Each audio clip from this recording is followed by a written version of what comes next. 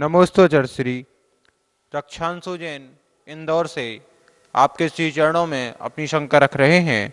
हे गुरुदेव, तीर्थंकरों के काल में धर्म का विच्छेद था, ऐसा शास्त्रों में कहते हैं। क्या चौथे काल में भी ऐसा संभव है या नहीं?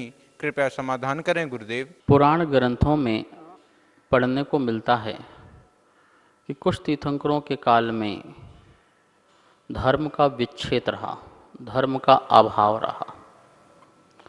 एक तीर्थंकर से दूसरे तीर्थंकर के बीच में कुछ समय ऐसा रहा कि जिसमें धर्म का अभाव रहा। धर्म का अभाव का मतलब क्या? मतलब उस समय कोई मुनि, आर्यका या श्रावक, श्राविका, व्रती, प्रतिमाधारी, इन लोगों का अभाव। कुछ काल ऐसा रहा जहाँ पर मुनि नहीं बने, आर्यका नहीं बनी, संयमी, श्रावक और श्राविका नहीं बने, तो उसको हम कहते हैं धर्म का विच्छेद कहते हैं, धर्म का अभाव कहते हैं। क्योंकि उस समय धर्म किससे चलता है? धर्म किससे चलता है? धर्म ये चतुर्वेद संघ से ही चलता है। मुनि होंगे तो धर्म बढ़ता है, और मुनि नहीं होंगे तो धर्म का अभाव हो जाएगा। जैसे शांति सागर जी महाराज जी के समय से धर्म प्रारंभ हुआ, उसके बीच में साधुओं का आना जाना नहीं रहा उत्तर भारत में, तो फिर देखिए लोग धर्म जानते नहीं थे। तो साधु विचरण करते हैं तो लोगों को धर्म का उपदेश मिलता है, तो धर्म की प्रभावना होती है। तो यही बात रही कि कुछ तीर्थंकरों के काल के बीच में, एक तीर्थंकर से दूसरे तीर्थंकर काल के बीच में जो रहा, मुनि, आर्यका आदियों का अभाव रहा होगा, जिसके कारण वहाँ पर बोला गया कि धर्म का विच्छेद। लेकिन ये ध्यान रखना कि चतुर्थ काल में धर्म का विच्छेद हो जाने पर भी कोई अराजकता फैल गई हो, कोई मारपीट हो गई हो, कोई बहुत ज़्यादा आतंक मच गया हो, ऐसा नहीं होता है कि इस प्रकार से बहुत ज़्यादा लोग बहुत दुखी हो गए हों क्योंकि धर्म नहीं है। तो वो ऐसा नहीं है, क्योंकि चतुर्थ काल का जो व्यवस्था है वो तो व्यवस्था रहेगी ही रहेगी। लेकिन मात्र ऐसे ही होंडा अवसरणी काल का ये दोष है कि जिसमें ऐसा भी पाया गया कि उस समय धर्म का अभाव हो गया। नमोस्तोचर श्री मनीष जैन इलाहाबाद प्रयागराज से आपके श्री चरणों में अपनी शंका रख रहे हैं। हे गुरुदेव, जो बच्चे मानसिक रूप से कमजोर होते हैं, ऐसे बच्चों को संभालने में माता पिता को परेशानी आती है। यह किसके कर्मों का फल है, माता पिता के या बच्चों का? कृपया समाधान करें गुरुदेव। मानसिक रूप से कमज़ोर जो बच्चों का जो जन्म होता है, इसमें निश्चित रूप से सबसे बड़ा पाप कर्म का उदय तो उस बच्चे का ही है कि वो पिछले जन्म में ऐसा कर्म करके आया है जिसके कारण वह उस पीड़ा का जो दुख है वो स्वयं भोग रहा है।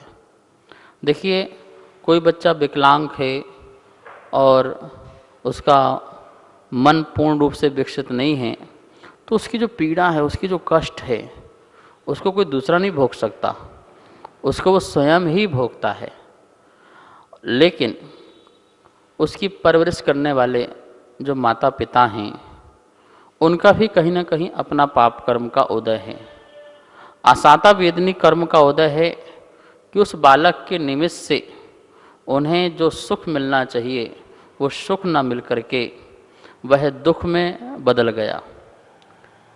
ठीक है, माता पिता का मोह होता है, बच्चे का ध्यान रखते हैं, ऐसे बच्चों का भी, लेकिन उस संबंधी जो सुख की अनुभूति होना था उनको बालक होने पर, वो नहीं हुआ, तो निश्चित ही माता पिता का भी पाप कर्म का उदय है, उनके परिवार का भी पाप कर्म का उदय है। ऐसे ही निमित्त नैमित्तिक संबंध बन जाते हैं कि किसी जीव के माध्यम से किसी जीव को कर्म का फल जो है वो भोगना पड़ता है।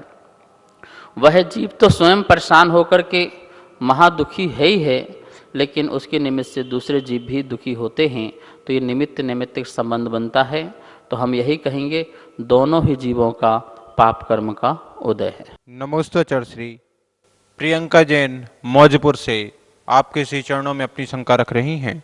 जैन दर्शन सप्तभंगी ज्ञान को श्यादवाद क्यों कहा जाता है? कृपया समाधान करें गुरुदेव। श्यादवाद जैन दर्शन का बहुत ही मूलभूत सिद्धांत है। स्याद कथनचित, वाद कथन करना। कथन करने की शैली है। किसी भी वस्तु को या वस्तु के स्वरूप को हमें बताना है, उसका प्रतिपादन करना है, वर्णन करना है, तो हमारे पास शब्द ही होते हैं जिसके माध्यम से हम उसे समझा सकते हैं।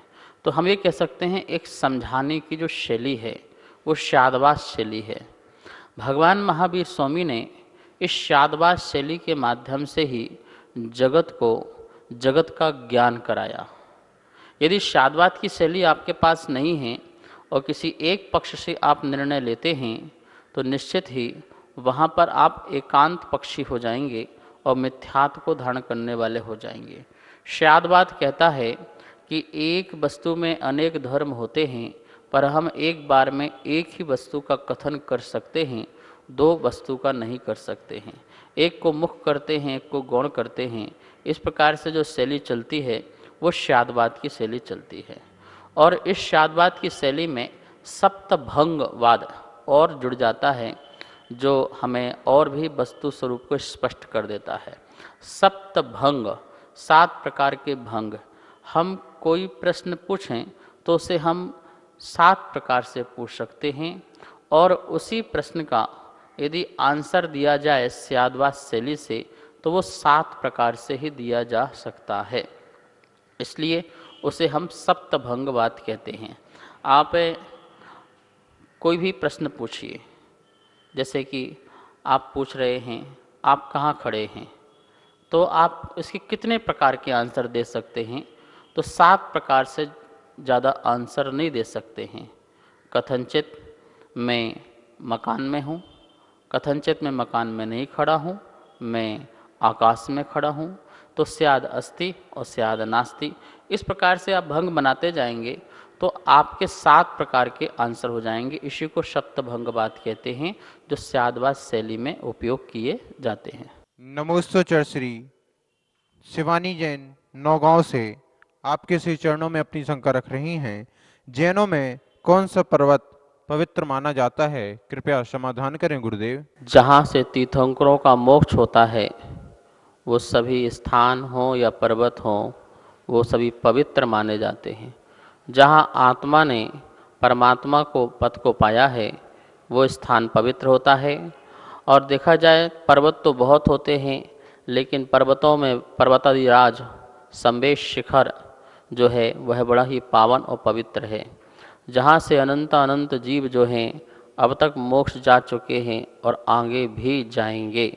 जितने भी तीर्थंकर होते हैं वहाँ ही उनका मोक्ष होता है। ऐसा पर्वत कौन सा? संवेश शिखर पवित्र और पावन है, सर्वश्रेष्ठ स्थान है। उस स्थान में हमें जरूर जाकर के दर्शन आदि करना चाहिए। सभी को सादर जय जिनेंद्र। आप सभी को शंकाओं का समाधान पूज्य गुरुदेव के द्वारा नित्य पारस चैनल के माध्यम से किया जा रहा है।